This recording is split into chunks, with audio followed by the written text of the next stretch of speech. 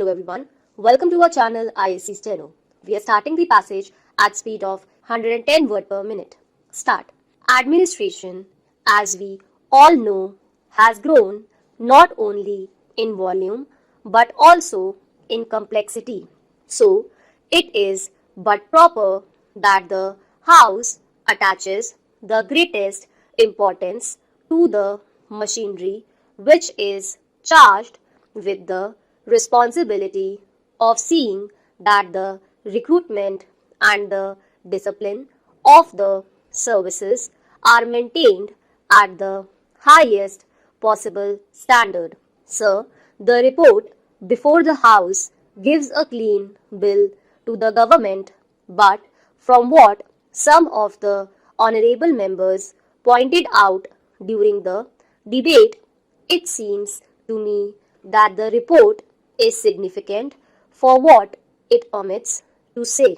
For instance, my honorable friend Mr. Bhargava drew attention to a number of alleged irregularities on the part of the Commission and the ministries.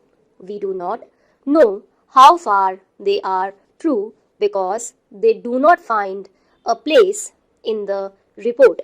Probably they fall outside the years to which the report relates. But if the observations made by my honorable friend are borne out by facts, it is a matter for serious consideration. If the Commission's role should be what it is generally expected to be by the government and the House, it has probably to assume a superior role if it is to control effectively the policy of recruitment and the standard of efficiency in the services generally. Sir, I shall not go into the question referred to by the honorable member, and we expect the honorable member to throw more light on the aspects which were brought to the notice of the House.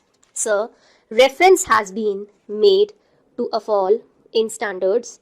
It is said that education in the universities and the educational system generally should improve, and unless that is so, we cannot have the desired personnel to man the services.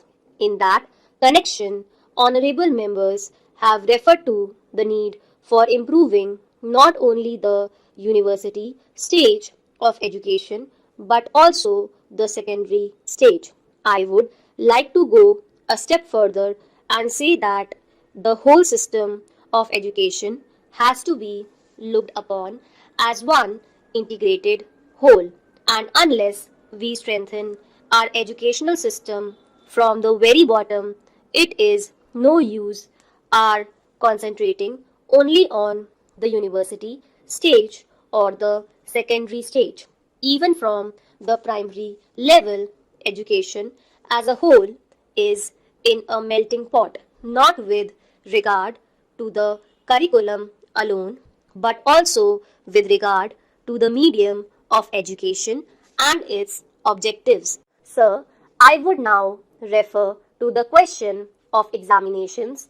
Much has been said on whether there should be an oral test and what its place should be in deciding the merits of applicants. Sir, I feel compelled to say that the Viva Voice test is very necessary to select proper persons for the services. There is nothing sacrosanct about the written test.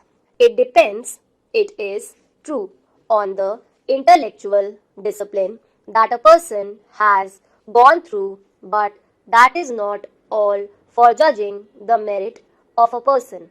The personality of an individual is many-sided, just as people have said that it is difficult to judge the worth of a person in a 15-minute interview. I submit that it is equally difficult to judge the capacity or the efficiency of a person by the amount of crammed knowledge that he is able to put out.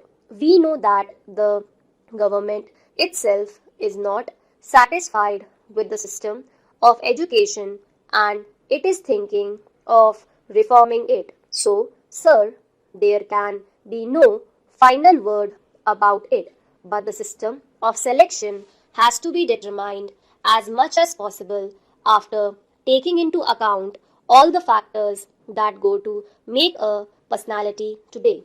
Then, sir, I would like to say a word about the constitution of the commission itself.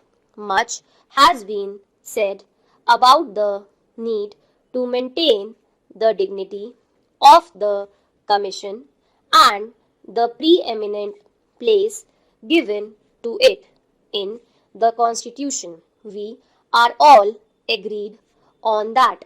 It is necessary, I feel, that non official members of the commission should be given security in their later years by providing for pension. But I would like to know how many non official members are in the UPSC. I think the strength of the non official element is very little, and I would, in this connection, point out to the government the need for taking in more men from public life. Sir, at the present moment, it is dominated by the official element. It is true that there are distinguished men from the educational and other fields, but then we have to have regard to the needs of the present day administration when we have passed from the regulatory stage of the government to the welfare stage and to have persons in our services who have a broader outlook on our problems. I would, in this connection, recall the observations of Dr. Appleby when he said, with regard to the Indian Administrative Service, that a member of that service was more conscious of his membership of the service to which he belonged. Stop.